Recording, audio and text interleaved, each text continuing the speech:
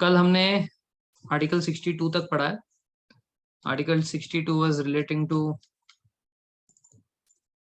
कि कौन से केसेस में vice president can take the seat of president. yesterday we have seen that, right? And today we will be starting with article 63 which relates to vice president। तो 63 से लेकर 69 तक vice president है। अब हम लोग वाइस प्रेसिडेंट के articles पढ़ेंगे, काफी हद तक सिमिलर मिलेंगे आपको, कुछ कुछ चीजें अलग मिलेंगी। ठीक है, सो वाइस प्रेसिडेंट आर्टिकल 63 टू 69।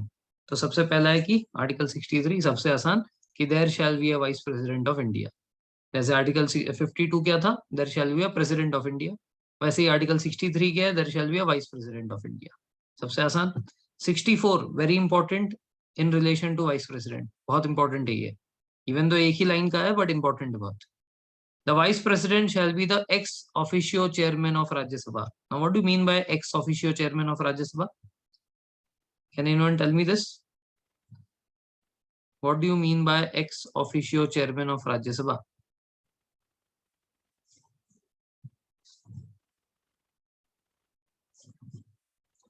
कोई बताएगा?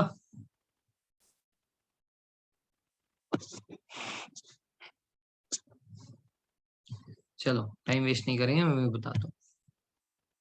देखो, जैसे लोकसभा होता है, तो लोकसभा में क्या होता है कि इफ यू हैव सीन, इस तरीके से चेयर लगे होते हैं, राइट? सब ऐसे थोड़ा सा सेमी सर्कल में बैठते हैं। ठीक है, यहाँ पे कुछ बॉडीज बैठते हैं, some people are there like this. और यहाँ पे एक सीट होती है जहां पे स्पीकर ऑफ लोकसभा बैठता है। हैव यू सीन पार्लियामेंट के अंदर का स्ट्रक्चर? ऐसा कुछ देखा है या दूर दूर तक कोई नाता ही नहीं है? Okay, if you have seen this, then this is the seat of speaker of Lok Sabha. एक तरीके से कह सकते हो द हेड ऑफ लोकसभा। ठीक है, the head of Lok Sabha. Similarly if we have to consider the same thing for Rajya Sabha, ये क्या था, लोकसभा था, same thing for Rajya Sabha, seats ऐसे ही होती है। ठीक है ना, अगर राज्यसभा की बात करें सीट्स ऐसे ही होती है।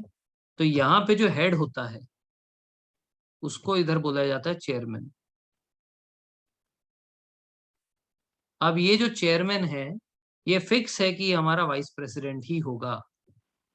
No one else can take the place of this chairman, ये फिक्स है। आर्टिकल 64 में बोला है the vice president shall be the ex officio chairman. Now the term ex officio, इसका मतलब क्या?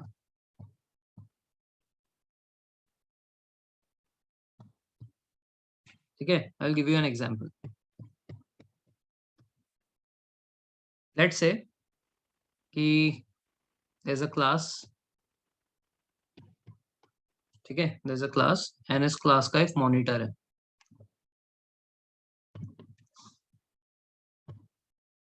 ठीक है, now the principal has called for a meeting. ठीक है, एंड ये जो क्लास है ये let's say this class is 12th class. ठीक है, एक ही सेक्शन है, कोई ABCD नहीं है, एक ही क्लास है, 12th क्लास। 12th क्लास का एक मॉनिटर है। ठीक है, now let's say the principal says we are going to create a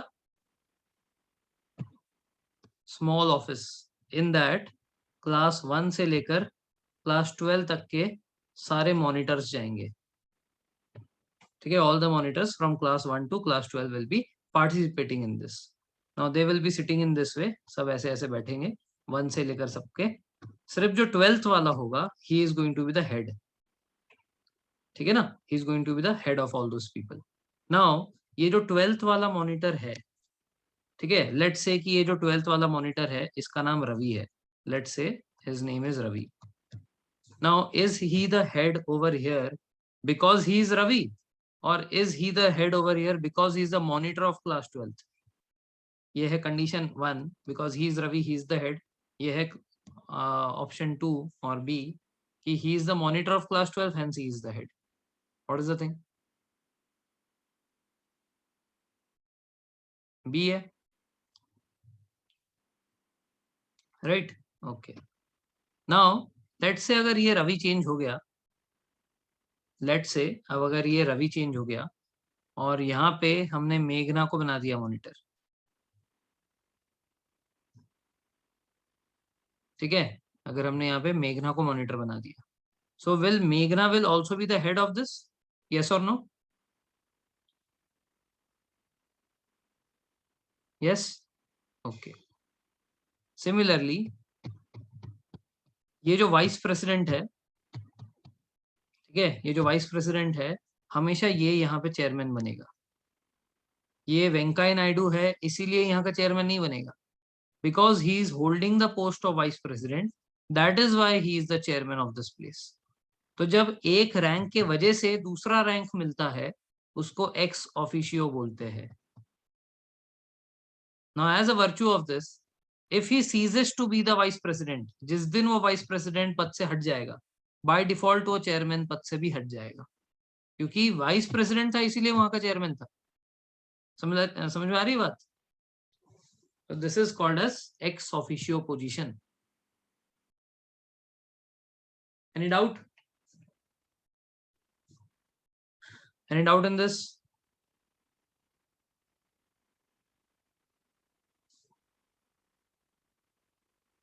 all clear? Okay, कहाँ यार रिस्पॉन्स नहीं है, आज मरे हुए हो सब, क्या हो गया? ज्यादा मैथ्स पढ़ लिया आज? ठीक है, सो आर्टिकल 63 क्या है कि there shall be a vice president of India. Article 64 क्या है? Vice president is to be the ex officio chairman of Rajya Sabha. The day he ceases to be the vice president, he shall also cease to be the chairman of Rajya Sabha. ठीक है ना? तो राज्यसभा के लिए कोई जो चेयरमैन होता है इसके लिए कोई वोटिंग नहीं होती, वेयर लोकसभा में स्पीकर बनने के लिए इलेक्शन होता है, यहाँ पे कोई इलेक्शन नहीं होता।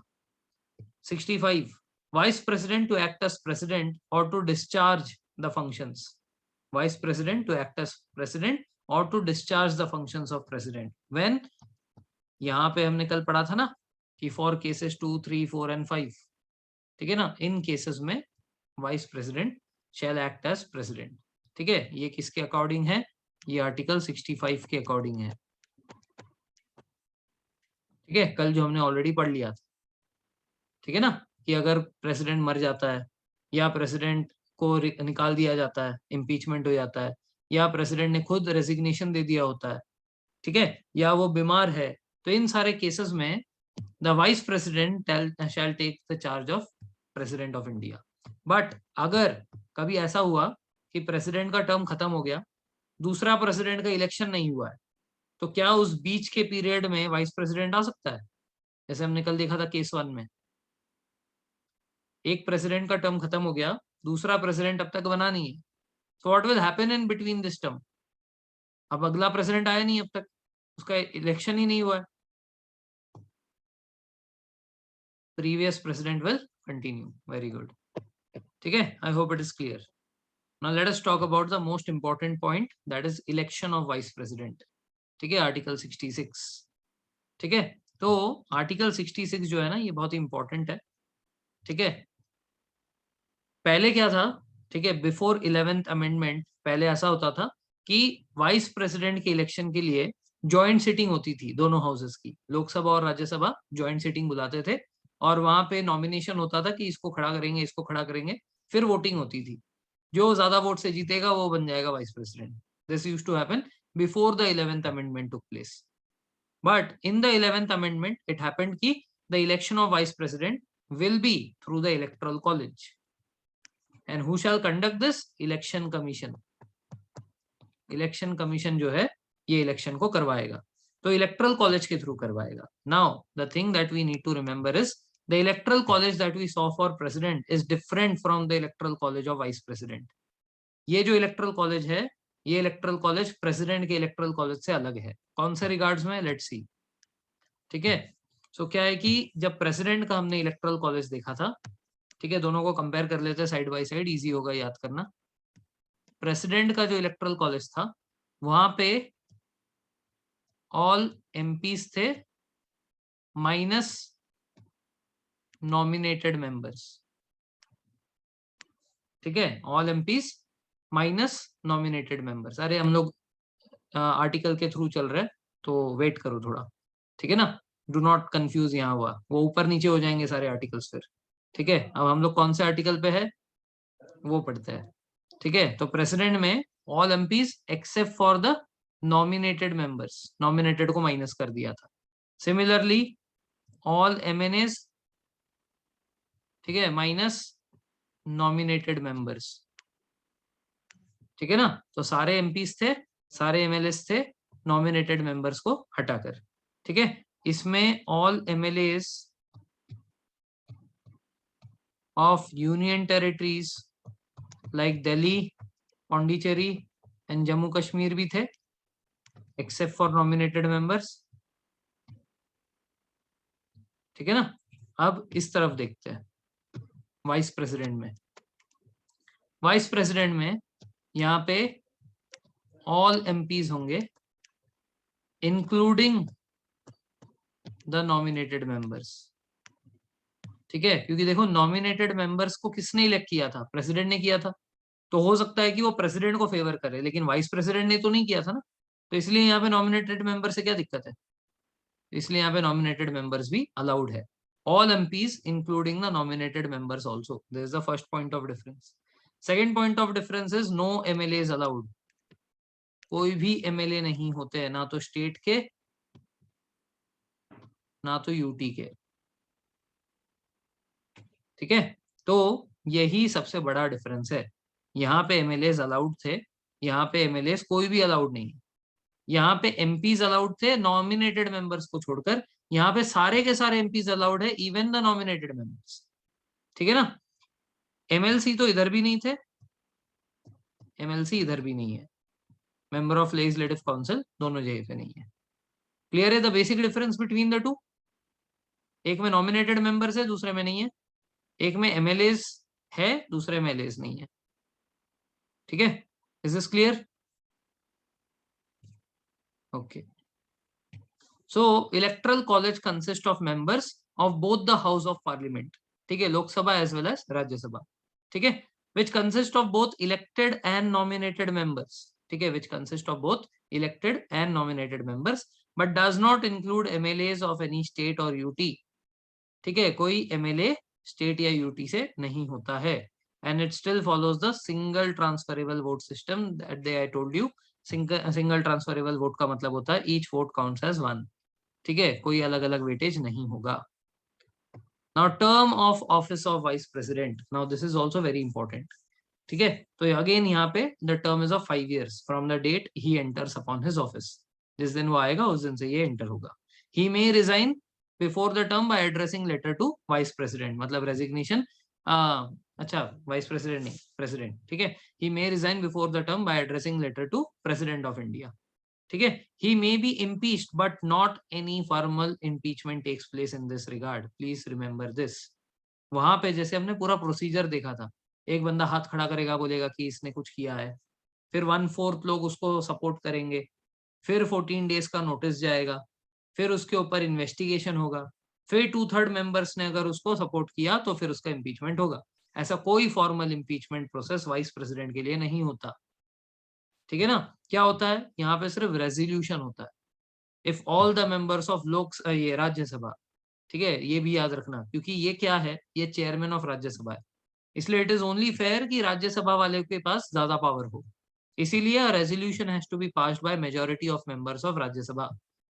राज्यसभा में रेजोल्यूशन पास होना चाहिए, मतलब क्या, राज्यसभा में इन्वेस्टिगेशन होगा, राज्यसभा में इसको निकालने के लिए फाइनल एक प्रोसीजर होगा, जिसमें 2/3 लोगों को वोट करना होगा। अगर 2/3 लोगों ने वोट कर दिया कि हाँ इसको निकालना है, पूरे इन्वेस्टिगेशन के बाद उसको बोलते हैं रेजोल्यूशन पास करना। वो जो रेजोल्यूशन पास किया राज्यसभा ने, लोकसभा में जाकर सिर्फ एक फॉर्मल सा वो होगा कि आप लोग मंजूर करते हो कि नहीं। जितने लोग प्रेजेंट होंगे उसमें से अगर मोर देन 50% लोगों ने बोला कि हाँ हाँ मंजूर है, तो खत्म। तो no investigation takes place in Lok Sabha as such. ठीक है ना, तो इसमें इतना ज्यादा एक्सप्लेनेशन नहीं आएगा, इसमें क्वेश्चन ये आएगा कि what is the method of removal of vice president, नीचे ऑप्शंस होंगे। ठीक है ना, तो यहाँ पे resolution passed by majority members of Rajya Sabha and agreed by Lok Sabha, that's enough to remove him. There is no formal impeachment process followed as such as president. समझ में आ रही बात?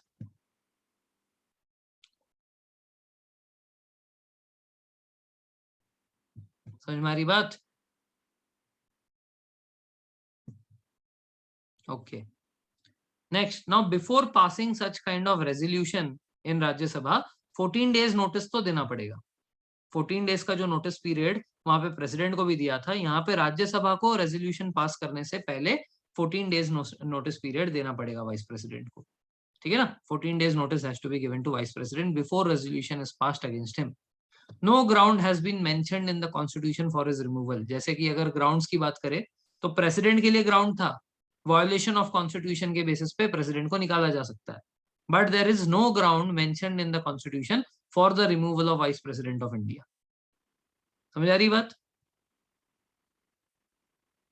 No ground has been mentioned in the constitution for his removal in the constitution. ठीक है, तो vice president shall continue to hold office beyond the term of 5 years until his successor assumes office. The same जैसे हमने president में देखा था, ठीक है। अगर इलेक्शन नहीं हुए, he'll continue to hold the office जब तक दूसरा सक्सेसर ना आ जाए। he is eligible for re-election for any number of times to his office. ठीक है, तो कितने भी बार चाहे तो यहाँ पे आ सकता है, ठीक है ना। Now article 68 mentions the vacancy in the office of vice president. Same वही 5 टर्म्स है, सेम वही 5 कंडीशंस है, ठीक है, कि वाइस प्रेसिडेंट के ऑफिस में अगर वैकेंसी आती है तो क्या करना है। वैकेंसी आती कैसे है? There are 5 ways. पहला, expiry of his term of 5 years, ठीक है ना, एक्सपायरी हो गया, उसका 5 साल खत्म हो गया। Second is by resignation. Third is by removal, वो रेजोल्यूशन पास हो गया राज्यसभा में, एक्सेप्ट हो गया लोकसभा में, that is resolution for removal. फिर fourth is death and fifth is disqualified to hold office, ठीक है, डिसक्वालिफाइड टू होल्ड ऑफिस। और इलेक्शन कमीशन ने, ठीक है, सुप्रीम कोर्ट में केस दे दिया और सुप्रीम कोर्ट ने उसका जो इलेक्शन था वो वॉइड डिक्लेयर कर दिया, ठीक है ना। इसका मतलब इसने कोई धोखाधड़ी से वो हुआ है। But can he continue like president until next vice president? समझा नहीं।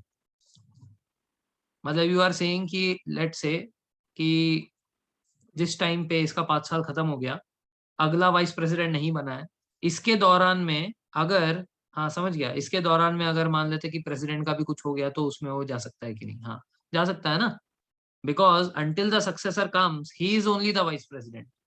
जिस दिन तक अगला बंदा नहीं आता है उसके पास सारे पावर्स है, ठीक है।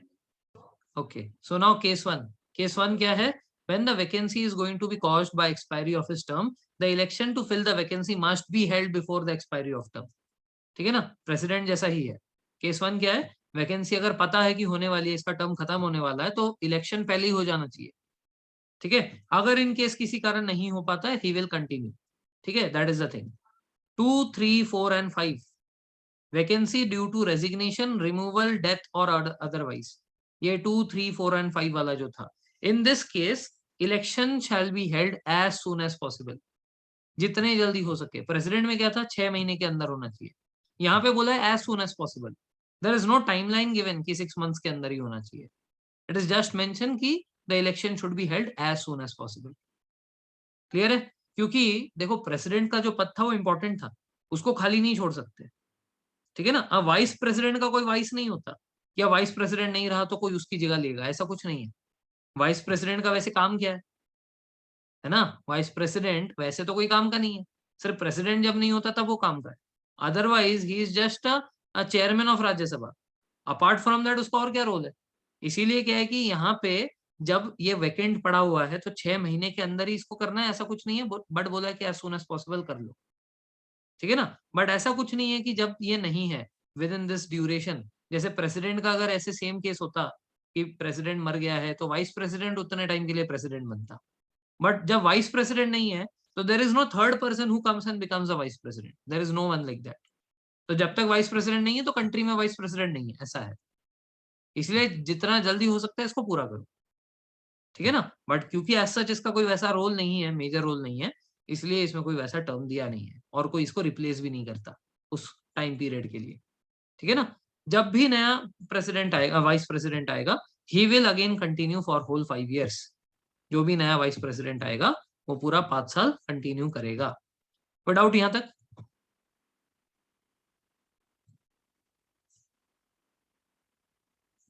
Okay, now oath and affirmation of vice president. अब ओथ एंड अफर्मेशन में ही इसके कंडीशंस ऑफ ऑफिस भी होते हैं. What is the condition of office of vice president? He should be a citizen of India. India का citizen होना चाहिए. Article 69 का ही पार्ट होगा ओथ एंड अफर्मेशन में कि the conditions of office of vice president. ठीक है ना. तो ओथ एंड अफर्मेशन में क्या होगा?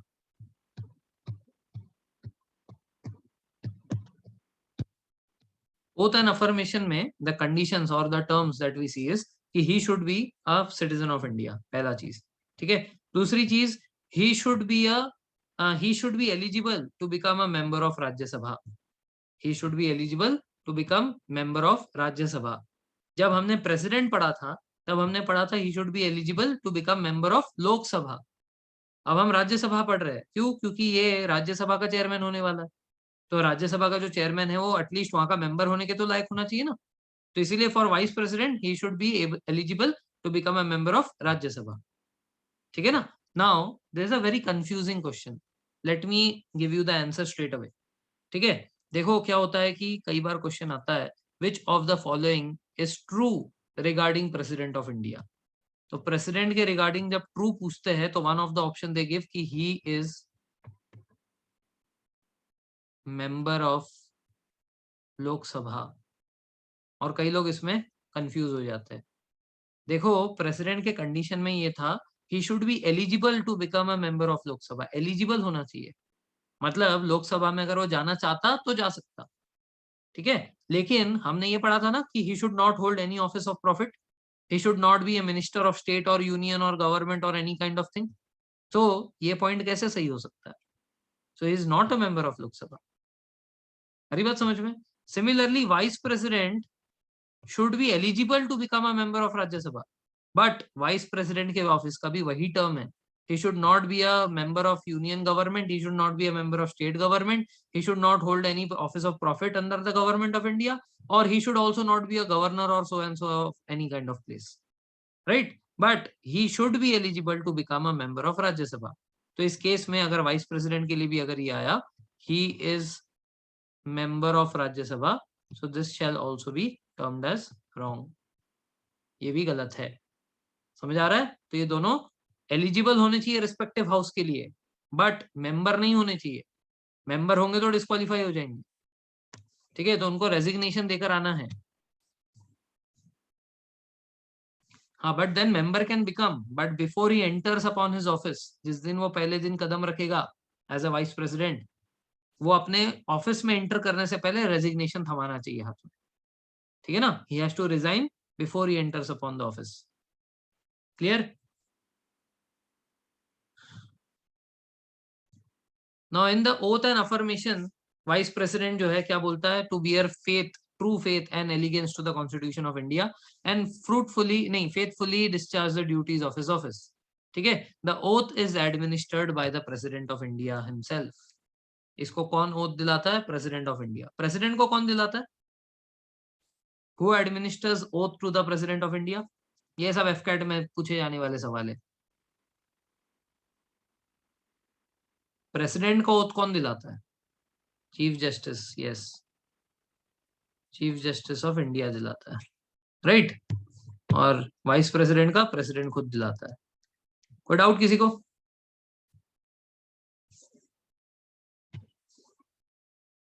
ओके.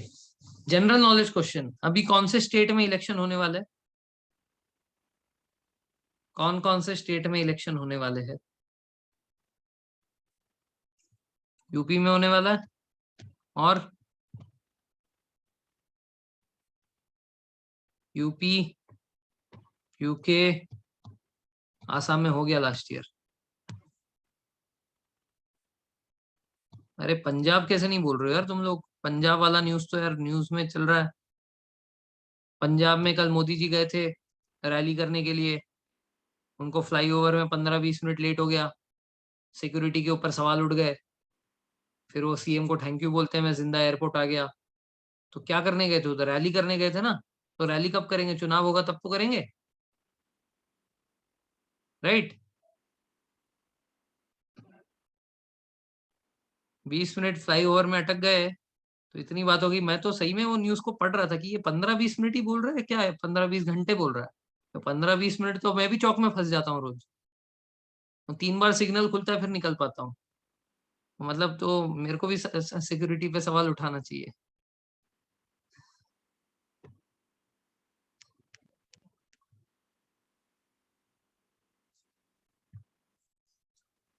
चलो एनीवेज, तो मैं क्या कह रहा था कि अभी क्वेश्चन क्यों पूछा ये मैंने, ये जितने भी चुनाव होंगे कौन करवाएगा इसको, जितने भी स्टेट्स में है, यूपी हो गया, पंजाब हो गया, हिमाचल हो गया, मणिपुर हो गया, ठीक है, उत्तराखंड हो गया, तो इन सब में अभी जो चुनाव होंगे, एचपी में हो चुका है, वैसे कोई एचपी लिखा था, एचपी में लास्ट ईयर हो गया था, ठीक है, तो ये चुनाव करेगा कौन, कौन सी बॉडी है ये करने के लिए, यूनियन का election commission, right.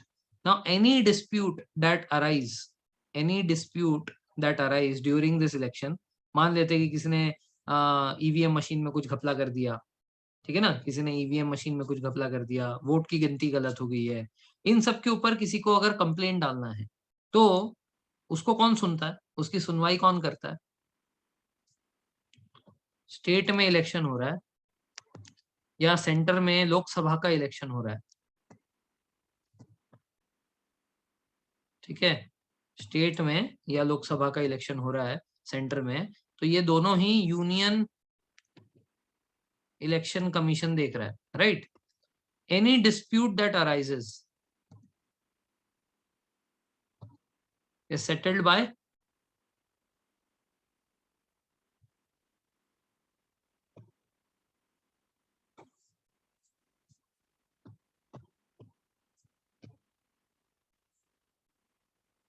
any dispute that arises is settled by election commission only, election commission ही उसको सेटल करता है, ठीक है, ये फंक्शन ऑफ इलेक्शन कमीशन है। क्यों लेकर आया इस सवाल पे मैं, बिकॉज इसके बाद है आर्टिकल 70।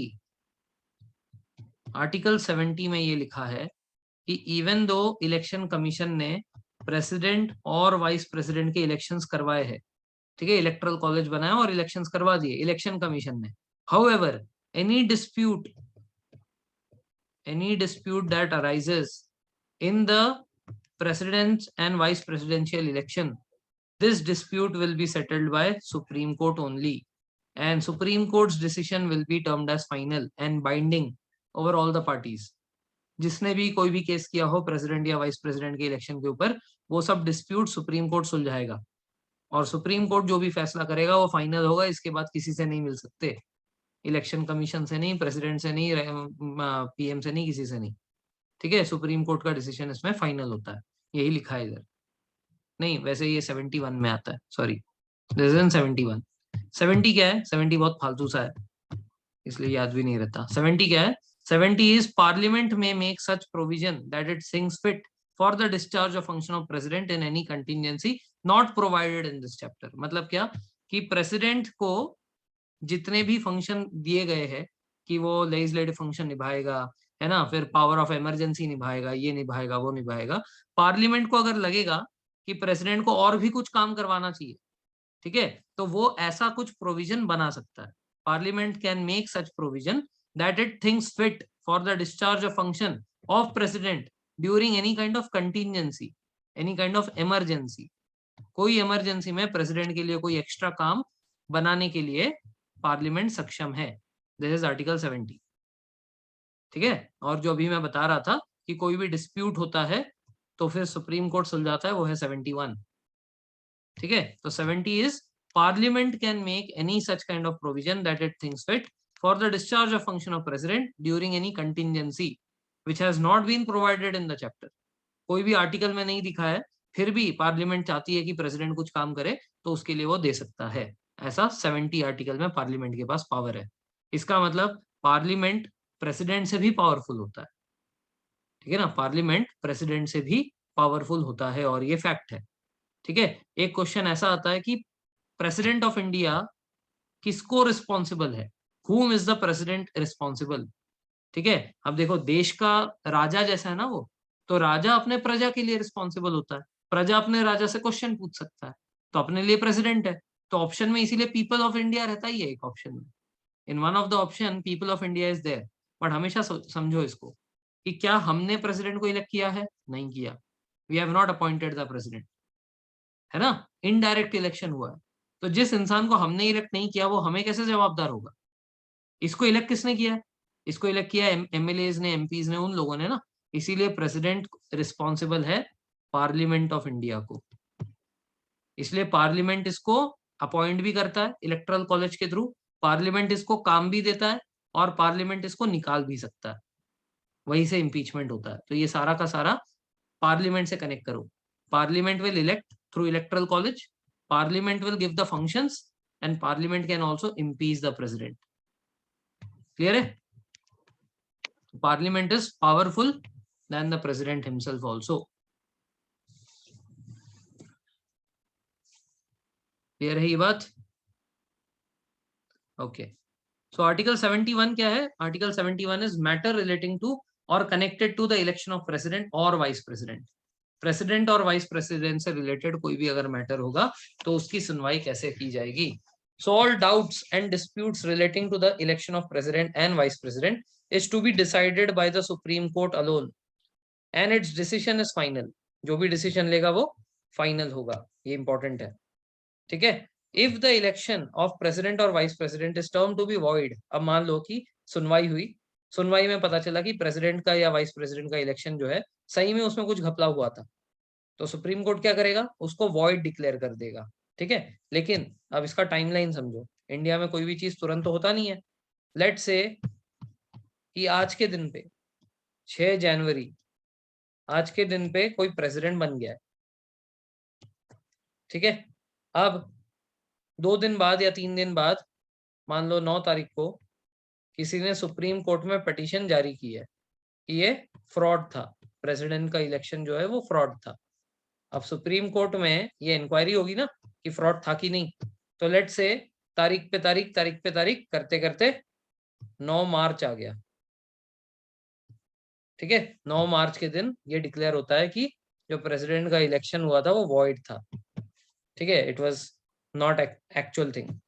अब तक कितने महीने बीत गए? जैन से फेब, फेब से मार्च। ठीक है? तो 2 महीने हो चुके हैं ना। अब 2 महीने में ये जो प्रेसिडेंट था ये चुप तो रहा नहीं होगा, कुछ ना कुछ काम किया होगा। लेट्स से इस 2 महीने में प्रेसिडेंट ने कोई ऑर्डिनेंस जारी किया था, some kind of rule was passed by the president. अब 9 मार्च को पता चला कि ये तो प्रेसिडेंट ही फर्जी था, वॉइड कर दिया गया इसको। तो क्या ये ऑर्डिनेंस, या जो भी, आप लोगों को अभी तक ऑर्डिनेंस नहीं पता तो कोई बात नहीं, उसने कोई लॉ पास किया था, तो ये जो लॉ है इसका क्या होगा? क्या ये इधर ही खत्म हो जाएगा या इसको अभी भी वैलिडिटी मिलेगी? What should it be done?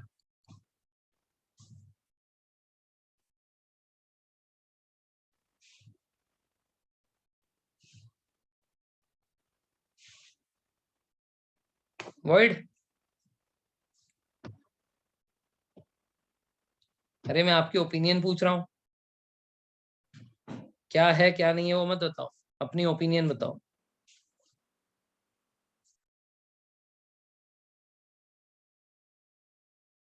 सो गए क्या?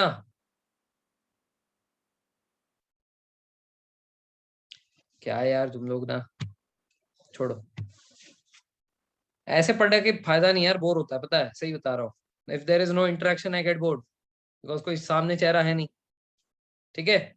सो if the election of president और vice president is term void, all the acts done by the president और vice president on or before the day of judgment shall not be invalidated. Void नहीं होंगे। उन्होंने जो भी किया है कर दिया, अब उसको कुछ नहीं कर सकते।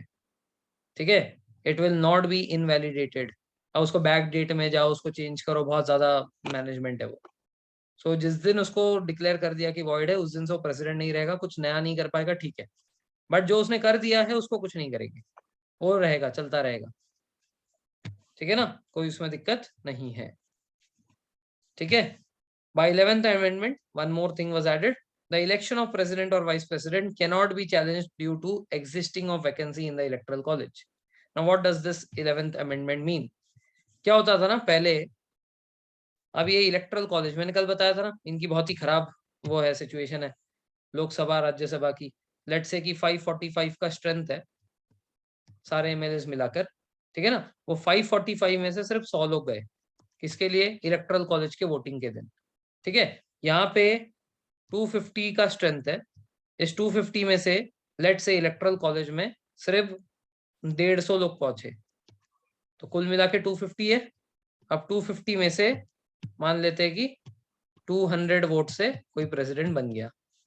ठीक है, अब ये जो 545 में से सिर्फ 100 लोग आए थे, 445 लोग नहीं आए ना।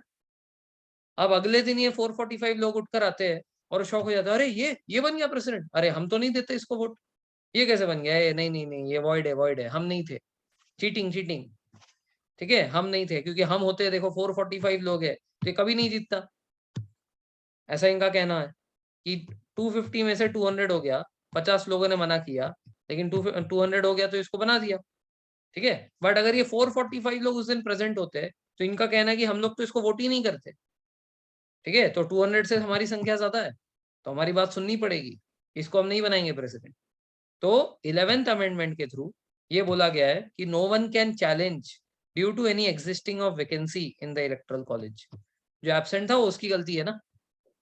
अब कल आके थोड़ी बोलोगे कि यार मैं वोट नहीं कर पाया, मैं तो इसको नहीं सिलेक्ट करता, ऐसा थोड़ी चलता है। So no one can challenge it in the existence of vacancy. इस वाले रीजन से कोई इसको चैलेंज नहीं कर सकता, सुप्रीम कोर्ट इसको अलाउ ही नहीं करेगा अगर किसी ने इस बात पे अगर चैलेंज किया तो।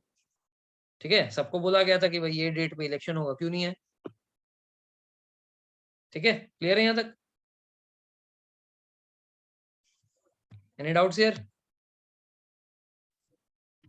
तो जो डेट पे हो गया दैट स्टैंड्स, जो नहीं आए इट कांट बी चैलेंज। हाँ वही तो कहा मैंने। ठीक है, जो लोग नहीं आए दे कैन नॉट चैलेंज, कि हम लोग नहीं थे तो वैकेंसी हुई ना वो, so it cannot be challenged on the case of vacancy. ठीक है, then the power of president to grant pardons etc and to suspend remit commute sentences in certain cases. तो ये जो कसाब का केस हुआ था, या कसाब छोड़ो, जो निर्भया का केस हुआ था, निर्भया केस 2012 में हुआ था, है ना। और फाइनली इसके क्रिमिनल को सजा जो है 4 लोगों को फांसी हुई 2019 में, राइट। निर्भया केस 2012 में हुआ था और सजा हुई 4 लोगों को फांसी मिली 2019 में। तो ये जो 7 साल केस चला, ये जो 7 ईयर केस चला, इसमें फांसी की सजा तो इनको 2014 में ही दे दी गई थी। ठीक है ना, तो ये जो घुमा रहे थे 2019 तक, ठीक है 2019 तक ये जो घुमा रहे थे, ये कौन से चीज के ऊपर घुमा रहे थे? मर्सी पिटीशन के ऊपर।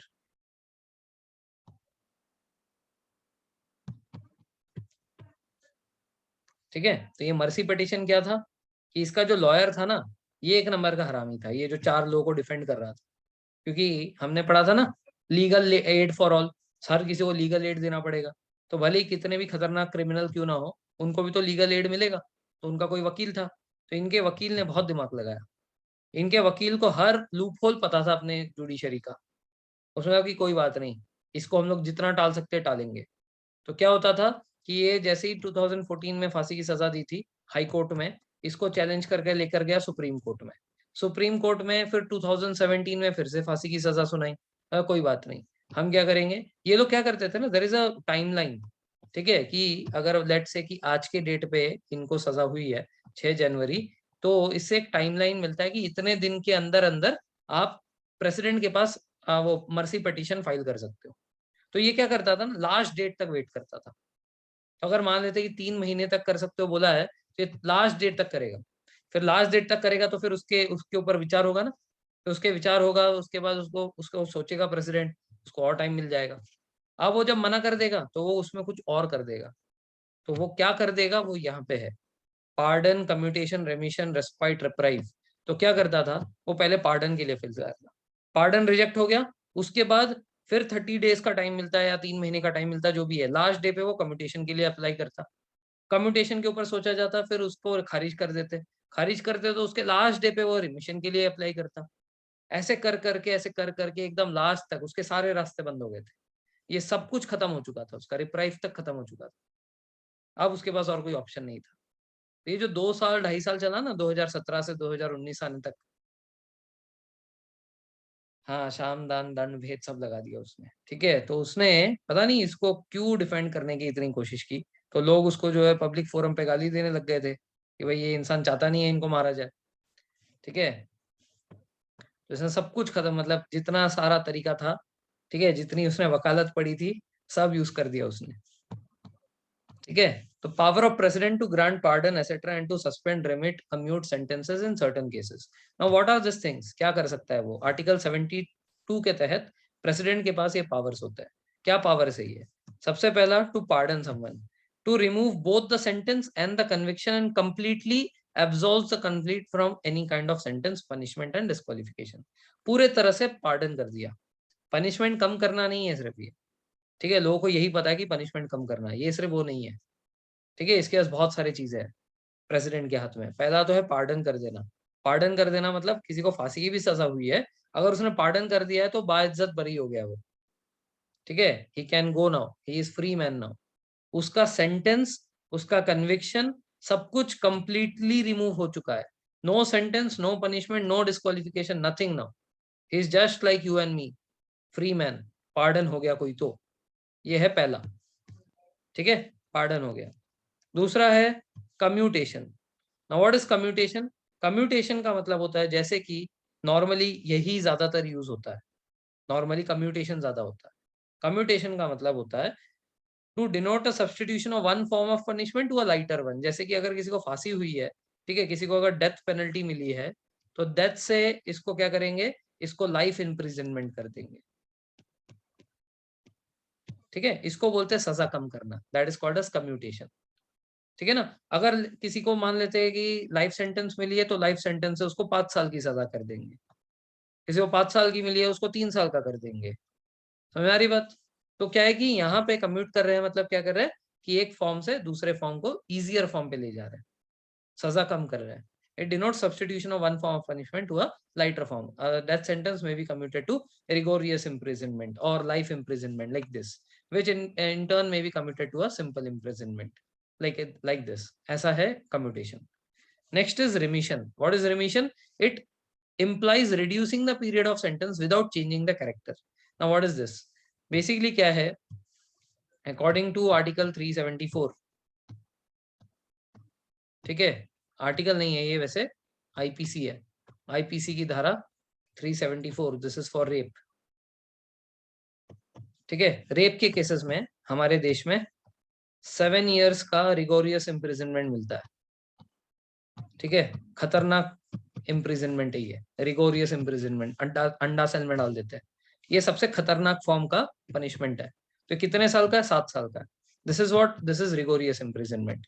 एक होता है सिंपल इम्प्रिजनमेंट, ये नॉर्मल है, जेल के अंदर डाला लेकिन सारी सुख सुविधाएं उपलब्ध है, 2 वक्त का खाना मिल रहा है, मस्त टीवी एंजॉय कर रहा है, ब्रेक मिलता है, थोड़ा काम वाम भी करता है बाहर जाकर, बाहर जाकर मतलब जेल के ही बाहर, मतलब उसी कंपाउंड में, ठीक है, चेयर वेयर बनाना, ऐसा कुछ। दिस इज सिंपल, ठीक है। रिगोरियस में उसकी उसकी जिंदगी खत्म हो गई है अंदर, 7 साल तक वो ऑलमोस्ट मतलब मरा हुआ ही है, अंदर पड़ा हुआ है, ठीक है। That is rigorous imprisonment. तो रेप के लिए 7 साल का रिगोरियस इम्प्रिजनमेंट है।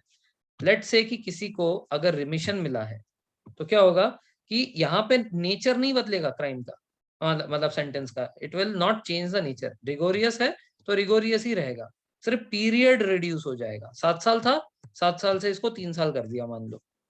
So here what is happening? The years have reduced, but the nature has remained the same. That is called as remission. Clear है? ये चीज क्लियर है?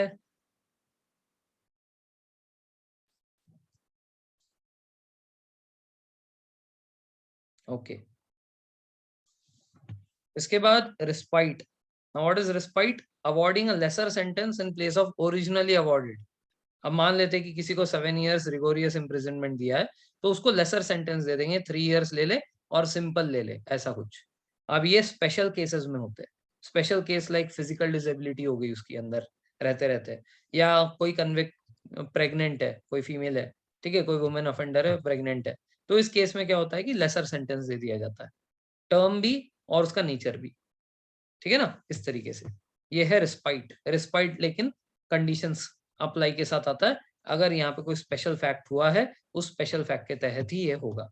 ठीक है, फिजिकल डिसेबिलिटी, मेंटल डिसेबिलिटी, या कोई प्रेग्नेंट है, ऐसे सारी चीजों में हो सकता है। ठीक है ना। Then last is reprieve. What is reprieve? It implies stay on the execution of sentence. यही कर रहा था वो निर्भया वाला, स्टे लगा रहा था बार बार। ठीक है, it implies stay on the execution of sentence, specially that of death. Death sentence पे जो है स्टे लगा देना for a temporary period. Its purpose is to enable the convict to have time to seek pardon और commutation from the president. तो क्या है कि डेथ सेंटेंस दे दिया, तारीख दे दी कि इस डेट को जो है इसकी फांसी होगी। ठीक है ना। अब क्या है कि कोर्ट में लॉयर जाकर रिप्राइव डालेगा कि मेरे को प्रेसिडेंट से रिप्राइव चाहिए। जनरली प्रेसिडेंट रिप्राइव दे देता है। क्यों? क्योंकि ठीक है, इसको अपना वो करने दो, मुझे कन्विंस करने के लिए लेटर तो लिखने दो, मैं पढ़ता तो हूँ कि क्या बोलना चाहता है ये, कौन से बेसिस पे ये पार्डन मांग रहा है, कौन से बेसिस पे कम्यूटेशन मांग रहा है। ठीक है, तो जब तक मेरे को लेटर नहीं मिल जाता तब तक के लिए एग्जीक्यूशन के ऊपर वो स्टे डाल देता है। This is called as reprieve. तो इन्होंने वही किया। ठीक है ना, बार बार ये रिप्राइव करवा रहे थे कि हमारे पास कुछ और है बोलने को। तो प्रेसिडेंट बोलता है ठीक है, रिप्राइव करते हैं। रिप्राइव किया, लास्ट डे तक वेट किया, तब जाकर उसने लेटर डाला। वो लेटर रिजेक्ट हो गया। बोला अच्छा अच्छा, मेरे पास कुछ और भी है बोलने को। फिर अगली बार के लिए फिर से रिप्राइव किया, लास्ट डे पे फिर से लेटर डाला। ठीक है, तो ऐसा सब कर रहा था वो, और सब कुछ कानून के तहत हो रहा है, कुछ ऐसा इलीगल नहीं हो रहा है, इसलिए कोई कुछ नहीं कर पा रहा था। बट फाइनली सब खत्म हो गया, फिर हो गया फांसी। क्लियर है? So this article 72, power of president to grant pardon etcetera and to suspend, remit, commute sentence in certain cases. Now इसके क्वेश्चंस बहुत ही ट्रिकी होते हैं, इसको अच्छे से पढ़ना कि इसका क्या मीनिंग है। पार्डन, सब कुछ चला गया, ठीक है, वो मतलब गंगा धो लिया उसने, मान लो। ठीक है, गंगा में उतरा, सारे पाप धुल गए, कुछ नहीं बचा। कम्यूटेशन, एक फॉर्म से दूसरे फॉर्म में चेंज हो गया, हायर से लोअर फॉर्म ऑफ पनिशमेंट मिल गई। रिमिशन में reducing the period of sentence without changing the character. Rigorous है तो रिगोरियस ही रहेगा, सिर्फ टर्म कम हो जाएगा। रिस्पाइट में क्या है कि awarding lesser sentence then the originally awarded due to some special fact, disability है या प्रेगनेंसी है, something like that. Reprieve is staying the execution, generally that of death, ताकि उसको टाइम मिले कि वो कन्विक्ट जो है वो पार्डन सीख कर पाए या कम्यूटेशन सीख कर पाए प्रेसिडेंट से। ठीक है, सो ये सब आर्टिकल 72 के तहत है। क्लियर है यहाँ तक?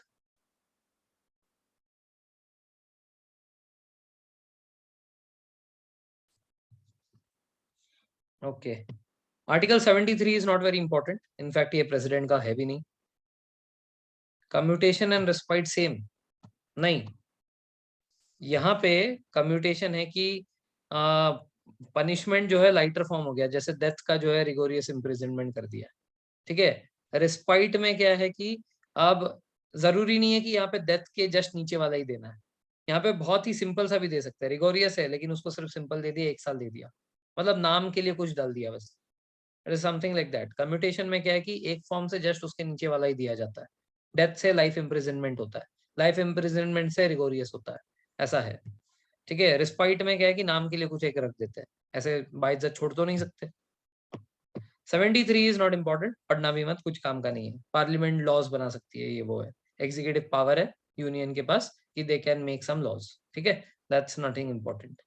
Article 74, this is important, council of ministers to aid and advise the president. Now बहुत इंपॉर्टेंट है ये। क्यों? देखो कैसा है, we have not discussed it yet but I will just give you a briefing. उस दिन थोड़ा बहुत बात किया था हमने। हम लोग एमपीज किसको बोलते हैं? एमपीज बोला जाता है लोकसभा और राज्यसभा के सारे मेंबर्स को मिलाकर। राज्यसभा में है 245 आज के डेट में, लोकसभा में है 545 आज के डेट में। ठीक है ना, कुल मिला के कितने हो गए? 790 लोग। ठीक है, कुल मिला के कितने एमपीज है? 790। क्या ये सारे के सारे एमपीज काउंसिल ऑफ मिनिस्टर्स होंगे? No, they will not all become council of ministers. ये 790 में से जो काउंसिल ऑफ मिनिस्टर्स होंगे वो कितने होंगे? 15% ऑफ लोकसभा। लोकसभा के स्ट्रेंथ का 15%, जो उस दिन हमने देखा था 81 के आसपास होता है। Total 81 people out of 790 will become council of ministers. They can be from both the houses. ये 81 में दोनों हाउस से आ सकते हैं। ठीक है, लेकिन ये जो परसेंटेज है ना 15%, ये लोकसभा में से ही है। Members can come from Rajya Sabha and Lok Sabha also, but this 15% ये जो है ये सीट कितने होंगे वो उसके लिए, तो सीट का डिटर्मिनेशन लोकसभा के ऊपर है। But this 81 members can be of Lok Sabha as well as Rajya Sabha, both the places. ठीक है ना, that means out of 790 only 81 are council of ministers. Now in 81 में हेड कौन है? The prime minister is the head. ठीक है, prime minister is the head. इसके नीचे काउंसिल ऑफ मिनिस्टर्स काम करते हैं। ठीक है ना। अब उस दिन हमने बात किया था कि यूनियन में व्हाट इज द हायरार्की, कि टाइट्यूलर हेड प्रेसिडेंट है, उसके बाद रियल हेड प्राइम मिनिस्टर है, और प्राइम मिनिस्टर के नीचे काउंसिल ऑफ मिनिस्टर्स है। ठीक है ना।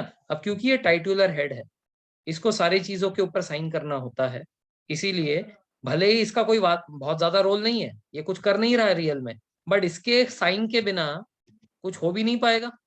If he is not signing nothing can happen. इसीलिए क्या है कि इसके ऊपर एक मैंडेट लगा हुआ है प्रेसिडेंट के ऊपर, बोला है कि he has to listen to all the council of ministers who are headed by the prime minister. अब काउंसिल ऑफ मिनिस्टर्स को पीएम चला रहा है और काउंसिल ऑफ मिनिस्टर्स प्रेसिडेंट को चला रहे हैं, मतलब डायरेक्टली और इनडायरेक्टली पीएम ही प्रेसिडेंट को चलाता है। सिंपल, पीएम ही प्रेसिडेंट को चलाता है, ये है फैक्ट।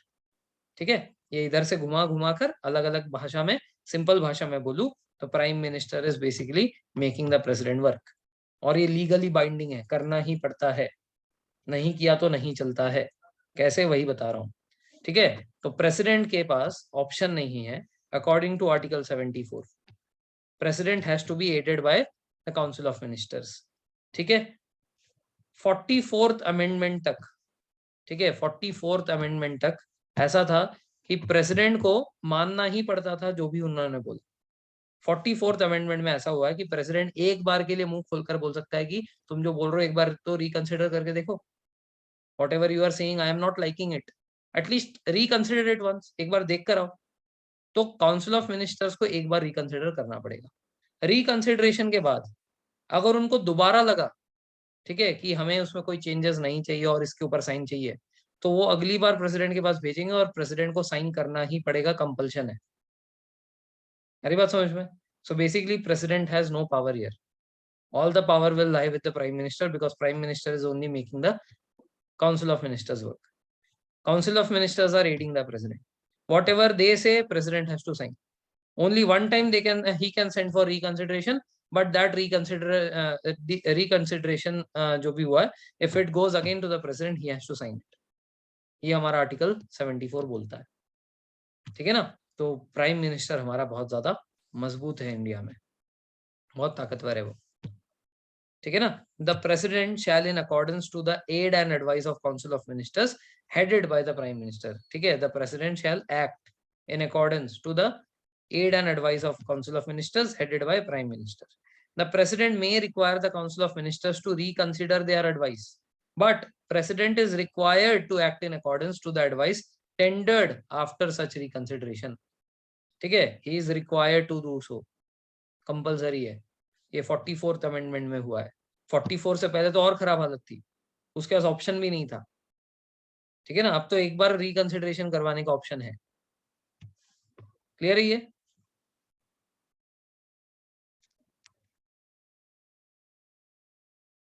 क्लियर है ये?